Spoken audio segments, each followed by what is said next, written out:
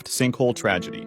It was May 28, 1973, and a group of 9 diving experts had planned a dive at Mount Gambier's shaft sinkhole. This sinkhole had a unique feature. There was only a tiny opening leading to a cave with a lake 20 feet below. From this opening, a beam of light went down into the cave and onto the lake, which was extremely helpful for the divers' orientation. This beam was visible throughout most of the cave, unless divers ventured too deep into one of the 2 side branches. Everyone initially agreed that they would stay within a 200-foot maximum depth range so they could remain in the main chamber and still see the guiding light. This was their only plan. On the second day, however, 4 divers planned to go to the western section of the cave, aiming for a depth of 250 feet, which would have been a new record. This was deeper than initially intended and posed a significant risk because in 1973, divers were still using regular air cylinders rather than mixed gas tanks. For this reason, they had to be more cautious as they went downwards because nitrogen narcosis might have settled in. As they went down, the increasing pressure would have pushed the nitrogen into the bloodstream, producing a state of consciousness that is similar to when people are drunk. Keep in mind that these divers were not very experienced in cave diving. They were more accustomed to standard open water scuba diving. This added even more risk to their plan. They started going downwards into the western section of the cave, and one experienced diver noticed that nitrogen narcosis was kicking in, so he immediately went back out. Several of them followed him and went back to the surface as well, but 4 of them kept going, determined to set the record and get a quick look before resurfacing. After a minute or so, the group at the surface became concerned, realizing the 4 divers would soon exhaust their air supply. A few returned to the cave to find them, and they discovered a flashlight and a camera on the bottom,